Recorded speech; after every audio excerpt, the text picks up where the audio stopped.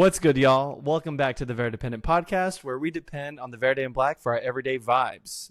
This episode is brought to you by AC Momento. AC Momento, your digital sports and concert scrapbook. Download Memento today by following the link in the show notes or on any of our social profile bios. Hey, Lobar, I don't know if you know this by chance, but AC Momento just recently released this feature where any game that you watch, any sports game that you watch on television, you can actually go in and create a memento for that, just as if you were there live in person at the stadium. Did you know this? I did not know this. That's actually really cool. Now we can be real fans for Chelsea FC. Well, right, bro. It's like we're there at every match. That's basically. really cool, though. Yeah. So I just thought that was really cool to share out. I want to make sure that all our friends on AC Memento that obviously have been following us. I don't know about you, Lobar, but my following is massive. All 7 of them. Yes. All 3 of them for me, I think. Right. And so, yeah, that's your friendly nudge, listener, to make sure you're following us in AC Memento. Make sure that you're tracking your all you're watching live and on television through AC Memento. But without further ado, all I know is that my mementos this year are going to be out of this world in terms of numbers. Yeah. 2025 mementos are going to go crazy now. Yeah. It's gonna be for sure. All right. But yeah, enough paying the bills. Let's go ahead and move on with the rest of the intro. This week, we're reviewing our road loss in Montreal. We're discussing Chelsea's 5-1 win at West Ham, their first of the season. And we're looking ahead to Saturday night as Saturday night at Q2 as Austin face San Jose back home before closing out the episode with a stoppage time rundown of the hottest Austin FC, MLS, and World Footy storylines of the past week. I'm Paul Fletes.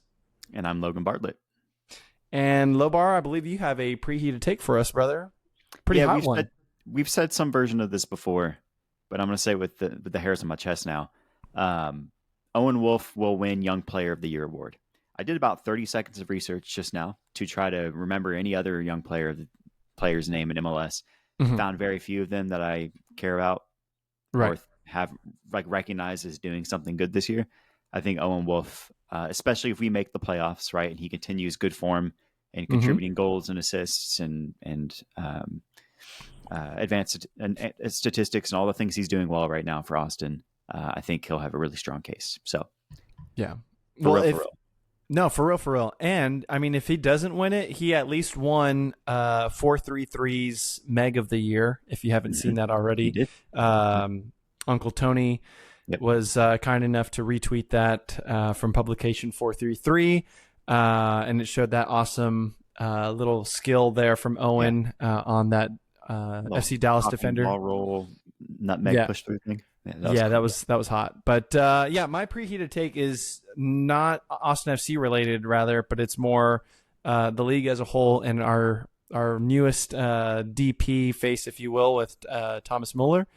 And I don't know if you've seen the news or anything, but he was shown in his most recent press conference leaking some information about the U.S. national team's call-ups for Tristan Blackman, his teammate over in Vancouver. And so my preheated take is actually going to be that Thomas Muller will spill one more national team call-up before the end of the MLS season. I believe that means that there is this window coming up and then also one more in November, I believe. Yeah. So for October. Or October. Yes, you're absolutely right. Because I think he's going to spill one more secret before he's taken off. He might get contracted to do so. Because it was such a viral moment. They'll be like, hey, tell everybody. It might be on purpose this time. For sure. Just for fun. Yeah. Well, you know what was not on purpose, G? We might as well just jump into the first half here. Austin FC losing 3-2. In Stade Saputo over in Montreal. It was not the most fun game to watch. I did not write any kind of notes whatsoever because this is going to be just a pure vibes. Like, did you watch this game? I did. I watched it on my phone. In the passenger seat of the car on the way to San Antonio. Okay, so you were traveling out of town. I was in Dallas. I was skirting my responsibilities of being engaged in a massive, what do you call it? Wedding shower. Mm. And I was, In the corner. I was finishing the first full week of teaching, and the school year has started, and all I want to do is just watch Austin just take care of business, right? We talked about this on last week's episode, G. It was on paper supposed to be a win for us, feel good about ourselves, and I mean, talk to us. What ended up happening instead? We lost, and Fuck. it was bad. Montreal is a very bad team this season. Yes. And I don't know if it was because they played so many new faces. The narrative that I heard from the commentators was like, this is a young team. Why not play the young guys? Like, you have nothing to lose at this point. You're effectively out of the playoff hunt, although they Mhm. did extend their hopes for one more week thanks to Austin FC, Catapult FC. Yep. But the narrative was that they're play the young guys. Let them give them minutes, give them opportunity, give them confidence and all that. So, and they did, and it worked Yeah. out for them because the young guys came through. And it's just a poor Specifically performance. Sinchuk, right? I feel like Sinchuk, their Ukrainian Yeah, winger there that scored that first goal in those opening minutes, man. dude, he was cooking, bro, and he was he cooking. did grab onto that confidence and run with it. He scored that Mhm. first goal and then just kept running. He was like, "Great, I'm going to keep doing this. This is working," and it did. Yeah. Uh, there was that I believe it was his goal where they're on the counter and he cuts from the outside right wing back inside to the top of the box. And I remember watching it and just watching Heinz Eich and thinking like, what's your plan here, dude? Because like the player's running left toward the center of the field, right? And he's like backpedaling on the attacker's left shoulder. Right. So He's like got the this entire weird rotation happening. It's yeah. And I was like, you're behind the player and the ball as your defensive positioning, and there's a runner on Zvatak's shoulder, so you're just leaving it wide open for an opportunity. And yeah. it bounced right under Stuber. It was just one of those things like, that was a choice, and unfortunately, it was a great shot. So Stuber couldn't bail you out. Yeah. And that set the tone, right? Like we had some good goals. We did tie it up 1-1 with the Uzuni header, Mhm. which was good to see. And I thought Uzuni had a great game for us. I mean, obviously he had a goal and an assist. So, Yeah. statistically speaking, he's the only reason we were even in this game because he created chances for us. Obviously, I'll hand the other player off to you to let you talk more about the other standout in this game. But For sure. I thought he had a good game for what he could make of it, Mhm. But it was just a poor performance, especially defensively against a team that we should be holding to 0 or 1 goals, when they've only scored like 1 goal a game all season, and Yeah. all of a sudden they drop 3 on us. So poor performance. I I'll hear hand it that, to man. I hear that. And it's interesting because this is another one of those performances where on paper, I mean, you look at Uzuni's stats and you go, okay, like you got the goal, you got the assist, you played your full 90, and yet still somehow I'll never forget this moment where his opening touch for the game is him just in space dribbling.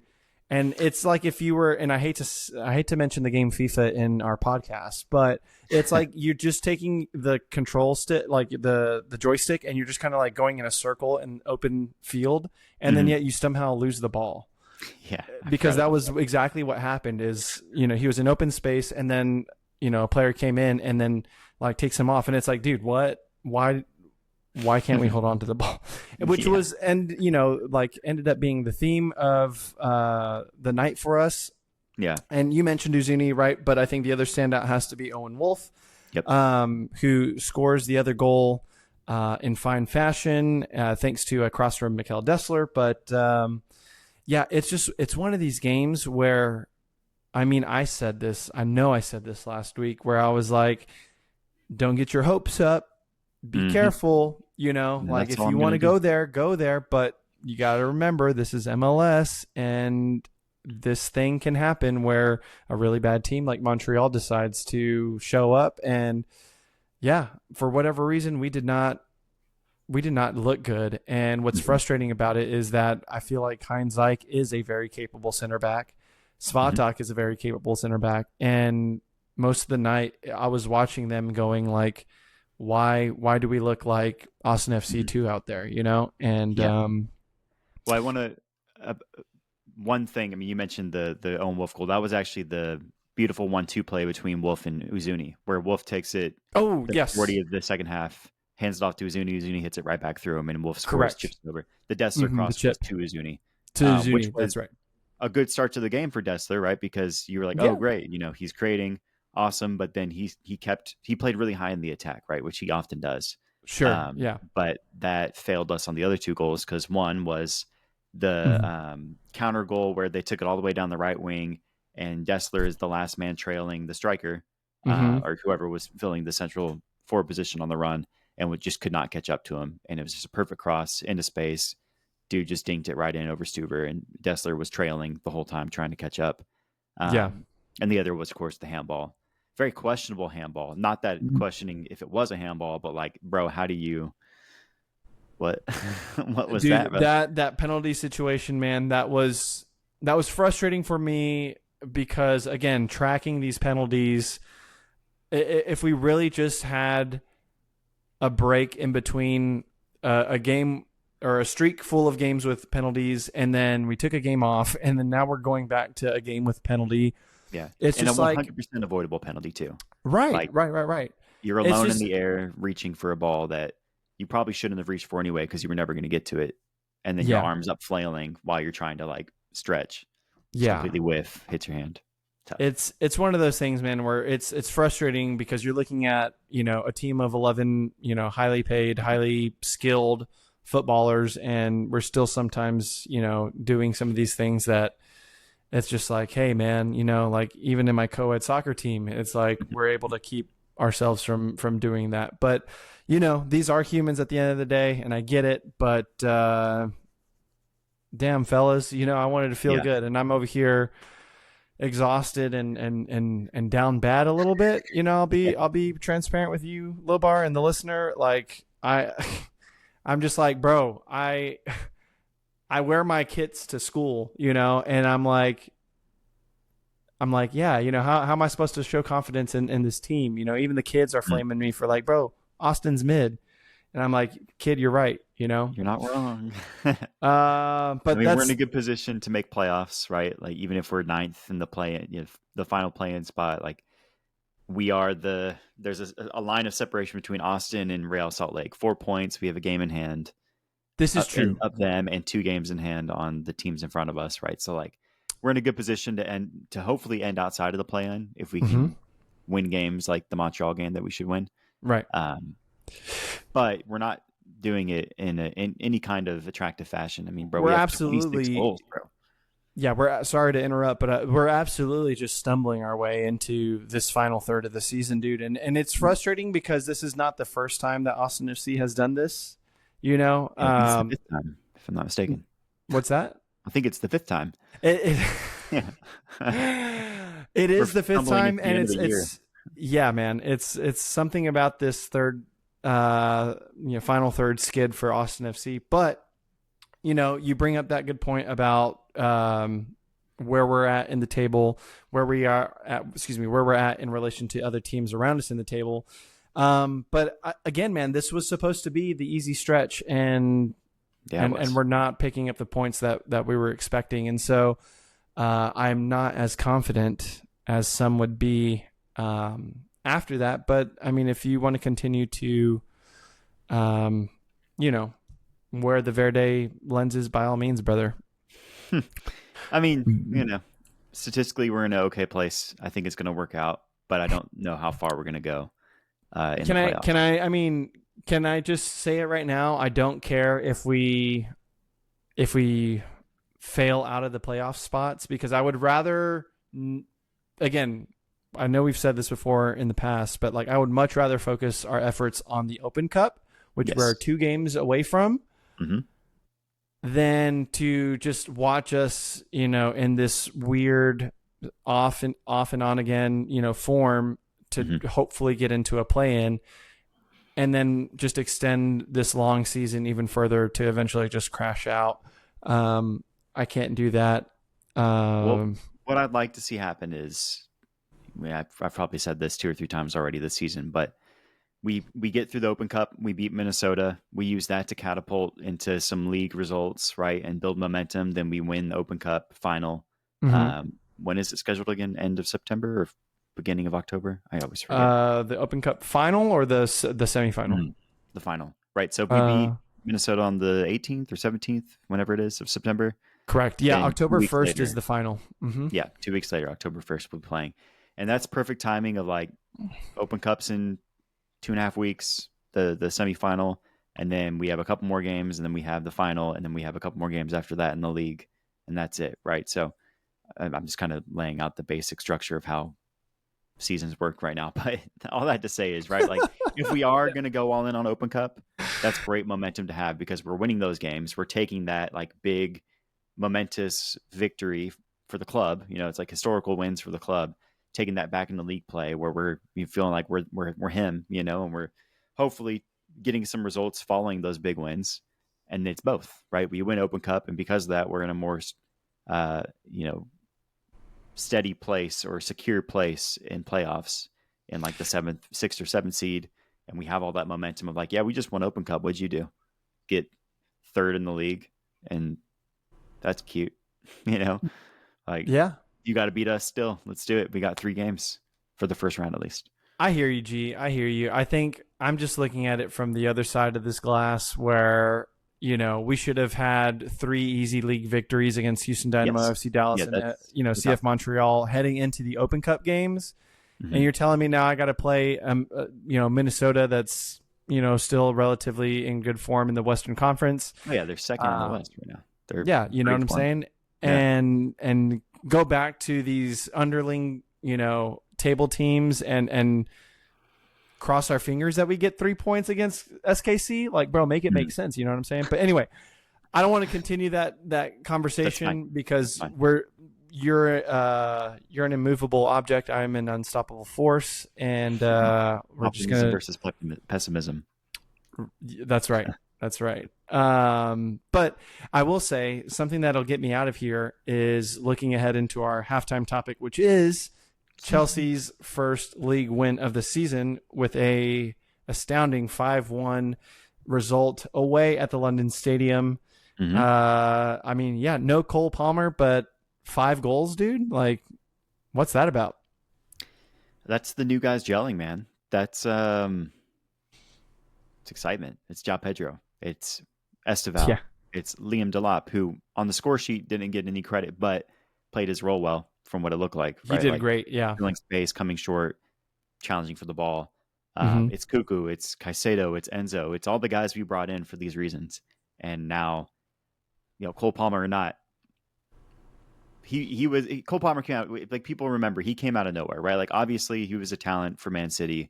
Mm-hmm. He was always going to be good, at least the way he was trending. But his ascension to being the guy, it was never it wasn't planned in the same way that like Caicedo and Enzo and other guys that we spent, 9 figures on to buy, we expected greatness from them. Cole Palmer was like, hey, and also they're willing to let this potential go. Well, we'll seize it. And then he was like, great. That's all I needed was the opportunity.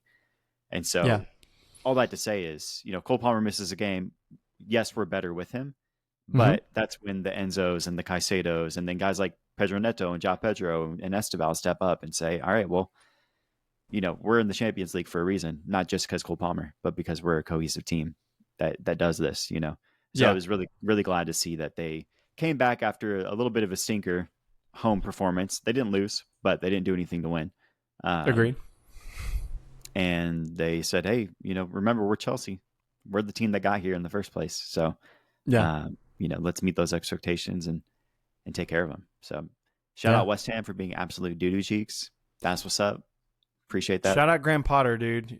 Watching it's another game where he saw Chelsea, the Chelsea boys give their all, and they gave everything, man. It's perfect. They did. It's perfect. I will say for me, a couple of standouts about that game is that third kit. that third kit with a grown man running around, sweating, glistening, Whoa, chill, brother. dude. I'm sorry. That was hot. I'm not gonna lie. That was a beautiful debut It for was. that third kit Yeah, that they it released. looks nice, man. Yeah, I absolutely 100% dropped some money on one of those. I did get Reece James kit Yes, you because he's did. proper Chelsea, and Yep. that kit is proper Chelsea. And so, yeah, so the kit was a standout. I mean, pick a goal, brother, and Hmm. it was a standout. Um, Yeah, but what was your favorite goal? I mean, we don't have to run through all of them, but of the five. honestly, I want to say I think the link up between Esteval and Enzo was probably my Hmm. favorite, just because it showed so much promise of what it's going to be like when Esteval is free to kind of play that more attacking central cam role. Hmm. And I mean the link up play between him, Delap, and then Enzo constantly streaking into the box, dude. Yep. It's gonna be a fun attacking offensive Chelsea FC this season. I can feel it. Yeah. Um, and It so was yeah, a complete game, total complete game. 'Cause for truly. me, I like the João Pedro to Pedro Neto goal because it flexes the other side of the attack, right? Where like, Yeah. yeah, you got to worry about Esteval on the ball. He's going to sprint into the box and create something. Well, you get one of our big guys on the ball. Neto's there on the other side to crash the box, right? So it's Yep. a whole squad worth of willing attackers, Yeah. and that's fun to watch, man. Yeah. Like 100%. I Salva feel got a like, goal on a messy corner, like yeah. Yeah. everybody stepped up. Caicedo with the little flick again off a Yes. corner. Mm-hmm. Like same thing. Yeah. I would just say, I'm no betting man, but I just feel like if you don't play fantasy ball and you don't have any of these Chelsea players on your team, bro, like that's why you're losing. So Dang. get some of these Chelsea players and enjoy the fruits of their labor. But Yep. yeah, enough about that. We'll continue as always, providing a little bit more coverage about the Blues, especially when they win in strong fashion like that, and Austin Yeah. FC struggles to pick up points where they should. We'll continue to highlight that, but we're going to take a quick break before previewing our matchup against San Jose at Q2 this Yep. Saturday. So hold tight. We'll be back.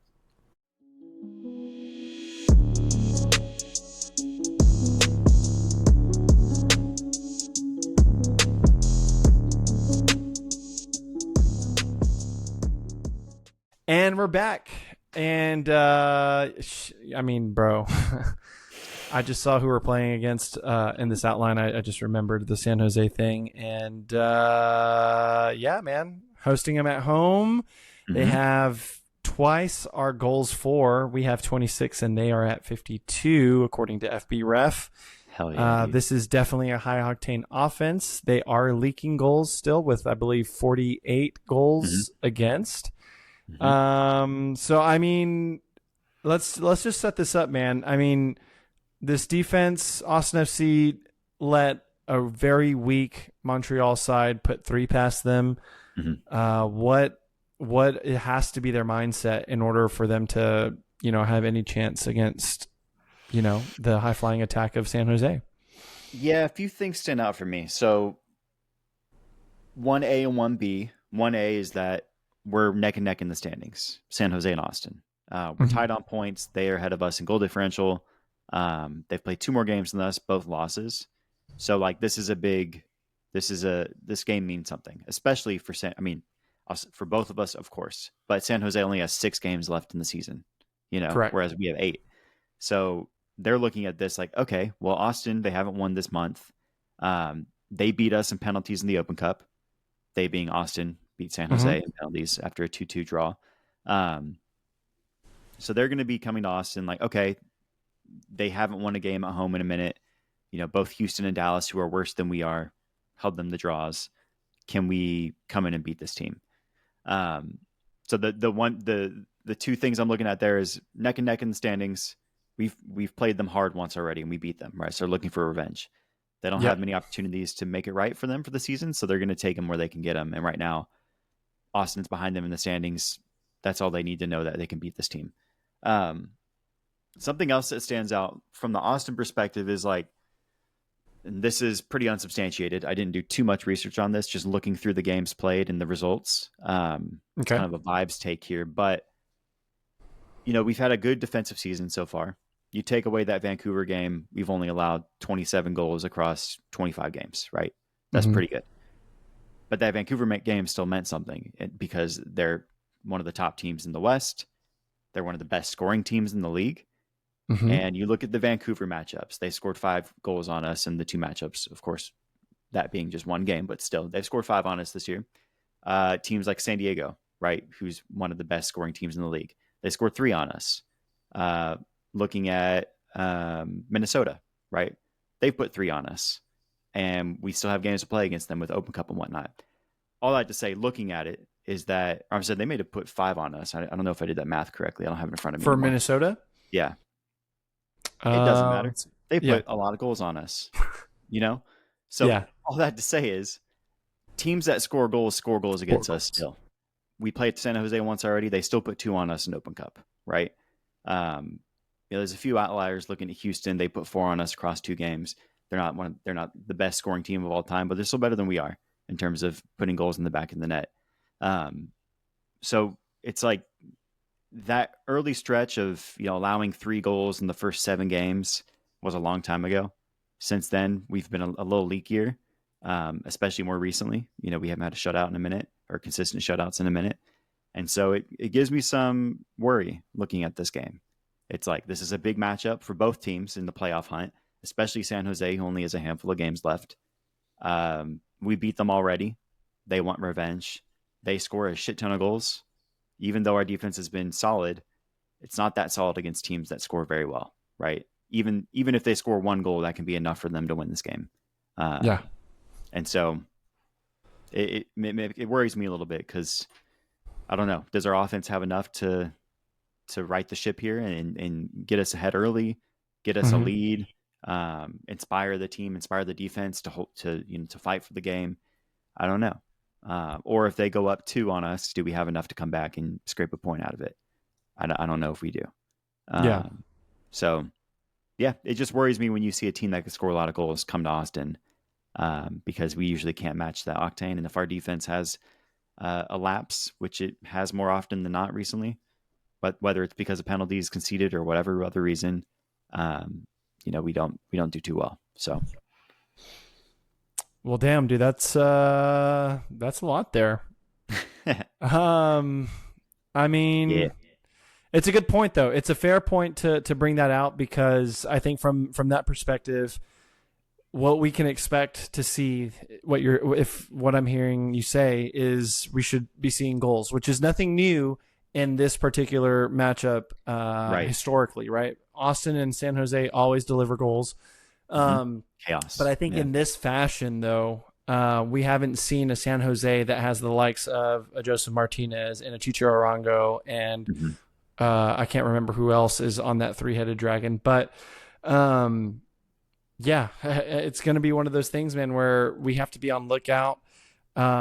I think one thing that kind of worries me from a different perspective is the fact that we don't do a really good job of scoring early.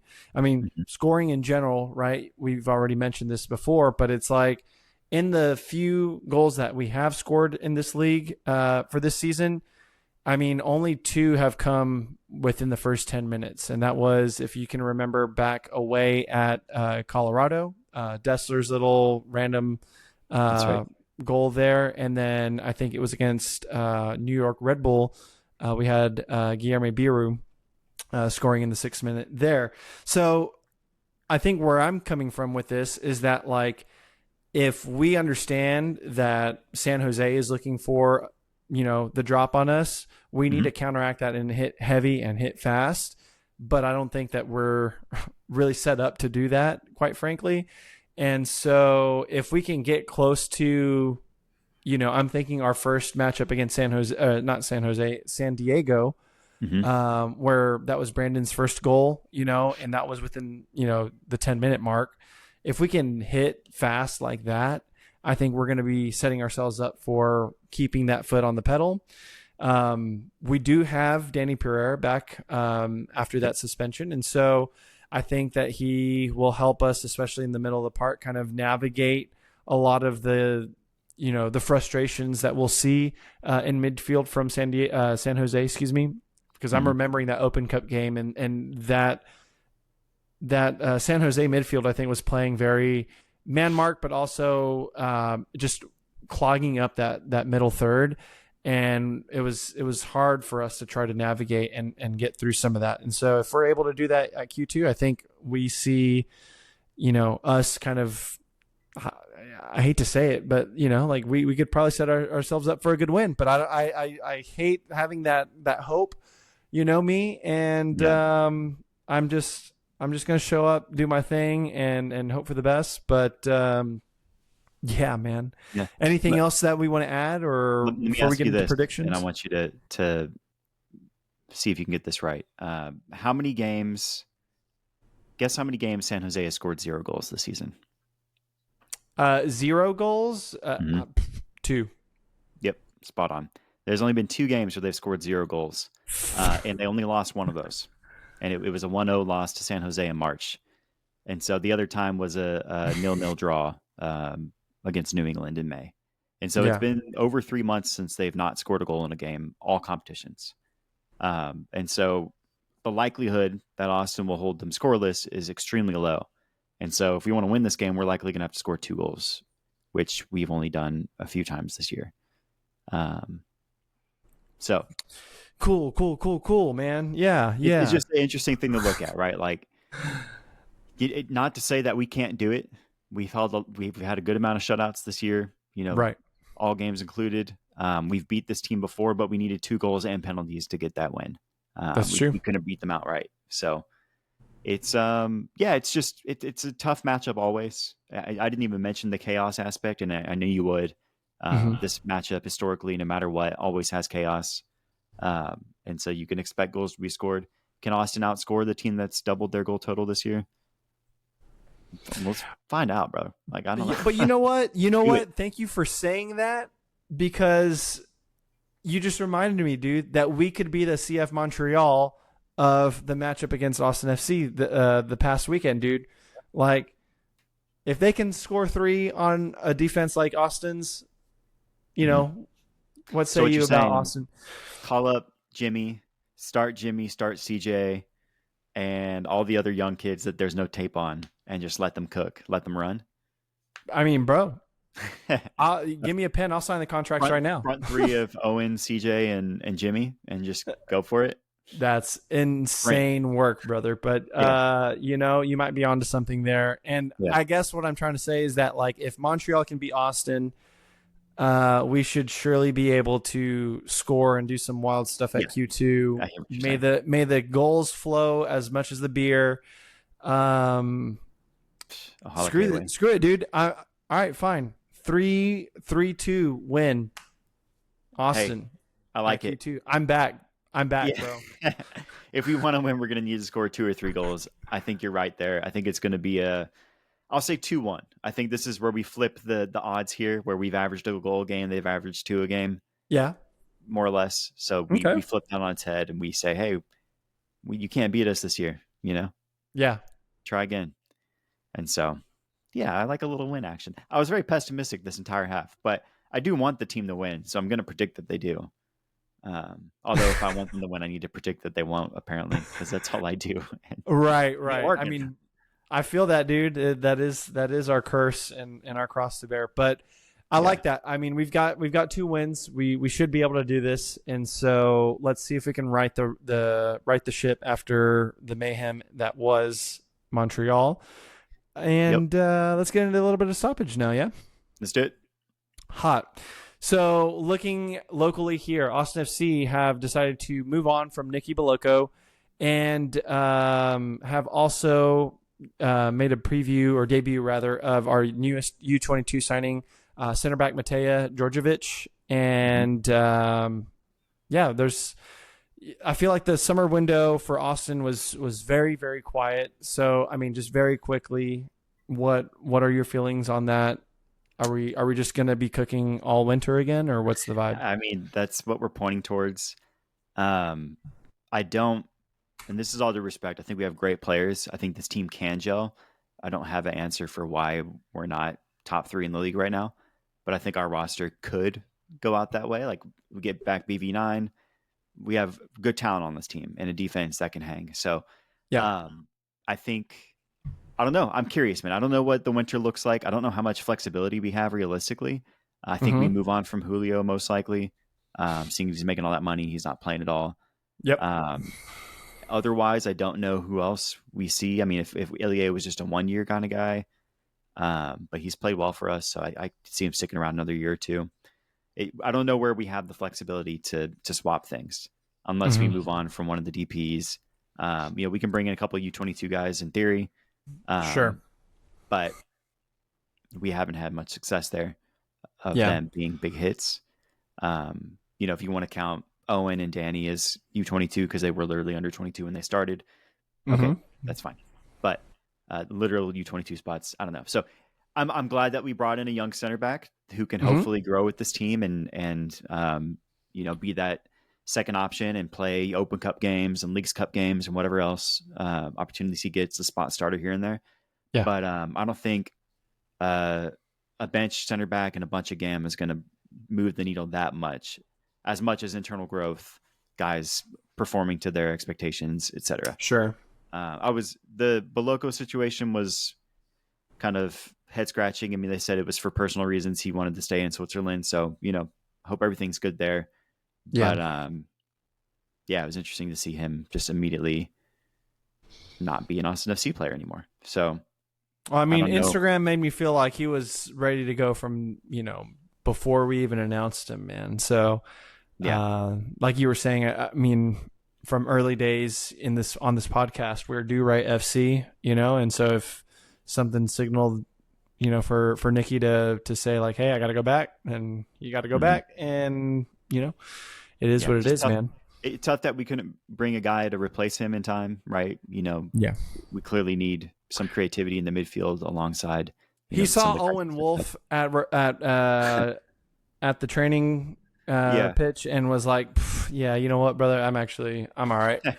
I'll go back to Yeah. Luzerne. Yeah. Well, I thought it was interesting too that we didn't bring a replacement for Vasquez. I know that was always going to be tough because it's just the next few months that we hypothetically need somebody, and Correct. maybe the very beginning of the season, and that just doesn't make sense because if Vasquez comes back in the first half of the next season, then the DP emergency thing doesn't work anymore, and that makes the roster weird, and it's a whole bunch of weirdness. So I understand it, but I thought we might have been able to find somebody to pick up, like even to loan in for the beginning of the season abroad or something like that to start. So, For sure. but it is what it is. I mean, you can go right into the next point, which is kind of I was carrying on. about to actually, and then we can kind of continue this conversation. But Matt Doyle has given Austin FC a C- grade for this transfer window after only bringing in Mateo Djordjevic. Mhm. So, yeah, continue on, G. Yeah, I think it speaks to the same feelings that I have. The You would point also being is give a like, C-, is what you're saying. yeah, we just didn't do anything. We brought in a guy that's not going to play at all Yeah. for the rest of the season, right? I unless somebody gets injured, which fingers crossed it doesn't happen. I don't expect Djordjevic to play a single minute in the season. So we're at the final stretch. We're fighting for playoffs. We're in the semifinals of Open Cup. Like none of those spell opportunity for unproven guy to take minutes over Julio, for example, right? Like I'd Yeah. rather have Julio play in a big game, knowing that he can do 100%. it because Yep. I know what he can bring. So it doesn't do anything to help us for this playoff push. We got some flexibility roster wise, which is cool with all the GAM coming in for international spots we no longer need. We're still down a DP attacker. We didn't do anything to replace that. We don't have a backup center with Rubio starting every game alongside makeshift center and Uzuni. So like, yeah, it just doesn't. We got what we got, as included. So That's valid. We got that's what what we we're got. doing. So C- seems fair. I expected lower, to be completely honest. Yeah. Like I think Chicago Fire got like a F- or something, and I was scrolling through waiting to see that same kind of result because we did literally nothing. We brought in one guy Yeah. and had a failed transfer as well. So didn't sell True. anybody. Like it. Yeah. No, that's valid, man. Yeah, I think it's an interesting one for sure, but I appreciate the patience, and there's got to be some definite, like, how do I say this? Just austerity, we'll put it that way, in terms of like being able to look ahead and kind of fighting that panic that we're all kind of feeling. I wouldn't call it panic. I mean, depending on the day, right? But Yeah. for the most part, I think we're also just trying to make sure that we're not, hamstringing ourselves.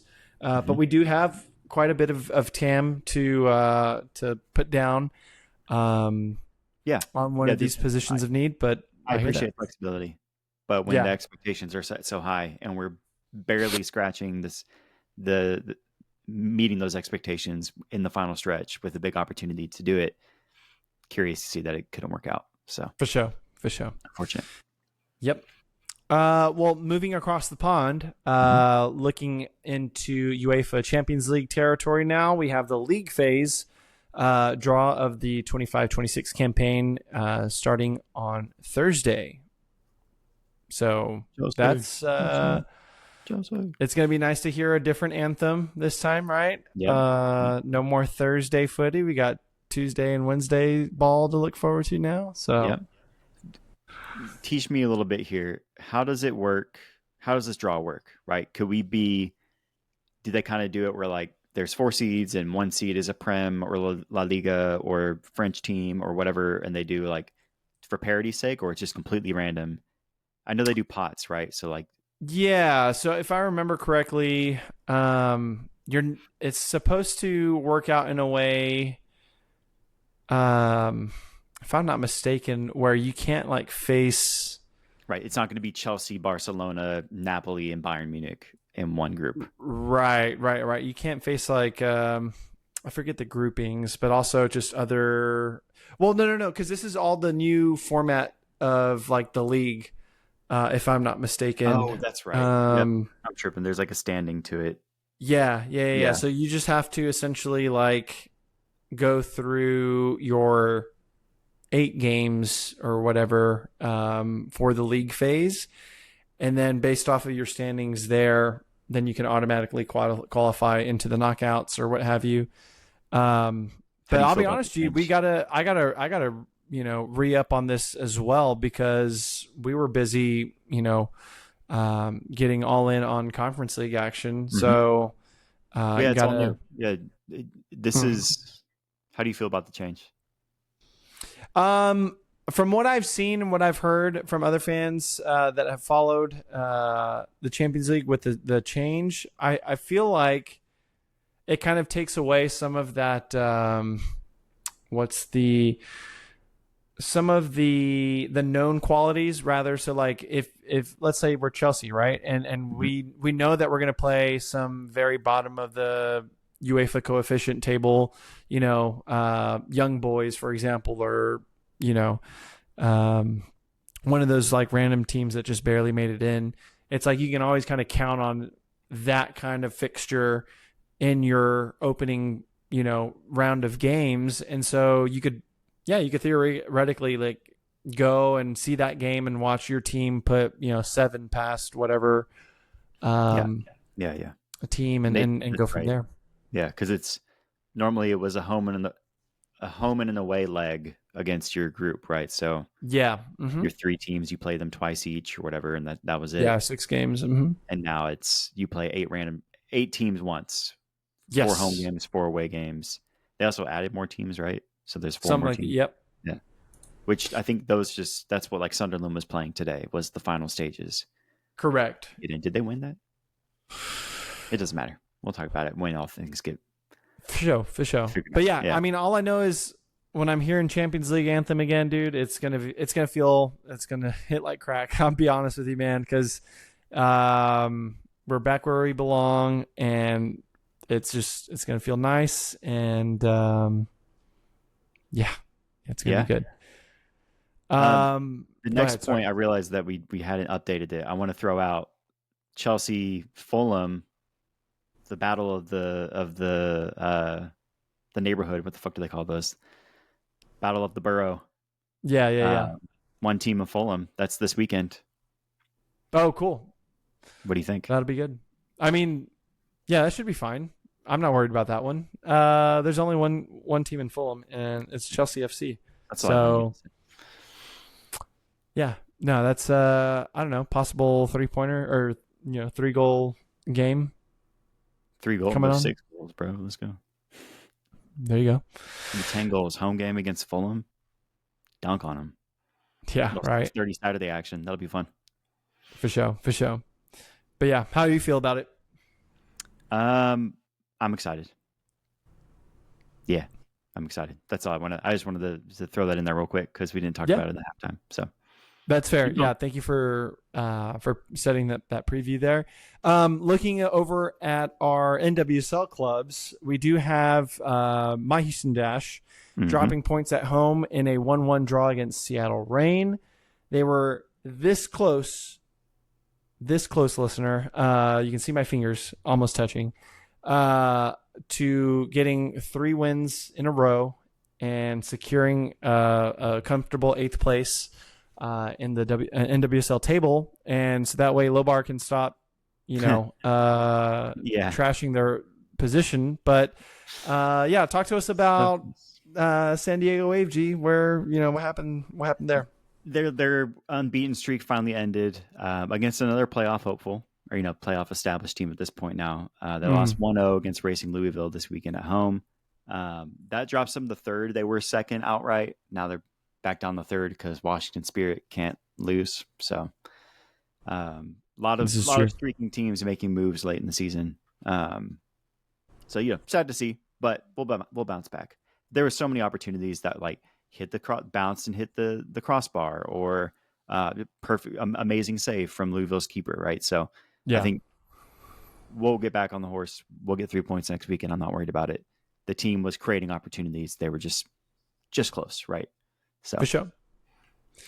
Yeah, and it's going to be interesting. I'm keeping a close eye on Houston because with a couple of games left, I mean, they might be able to squeak in. And yeah, they needed those points though.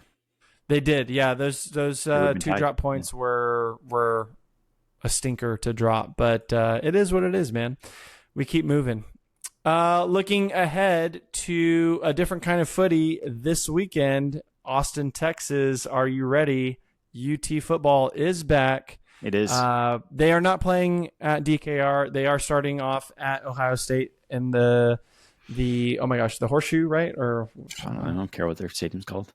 Yeah, I always forget. Anyway, but it's a big game, man. Number 1 versus number 3. Back. That's it. It's going to be fun. Arch Manning, he said that they have, people think that UT has a target on their back, and he's like, no, we're putting a red dot on everybody, looking at everybody with a red dot. Like we're firing at everybody. We're going to go all out.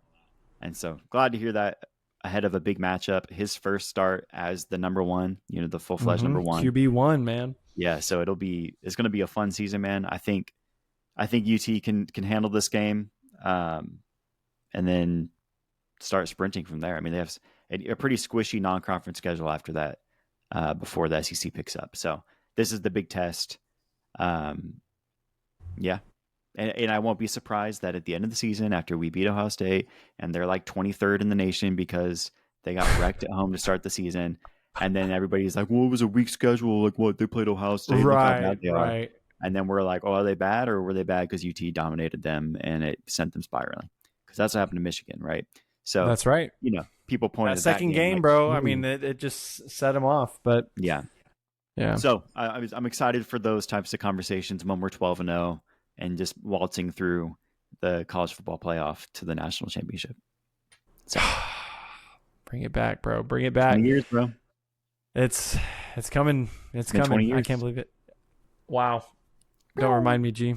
But yeah, it feels good, and we'll see how it goes. But as always, guys, we appreciate y'all kicking it with us on this week's episode of the Verdependent podcast. I'm Paul Fletes. You can catch me at Paul Andrew FC. That's a government name. It's a government name. And I'm Logan Bartlett. You can catch me at Lobar VHLM. And of course, as always, keep the chatter going online by following at the Verdependent on socials. Like and subscribe wherever you get the podcasts. And that is an episode, y'all. Peace. Peace.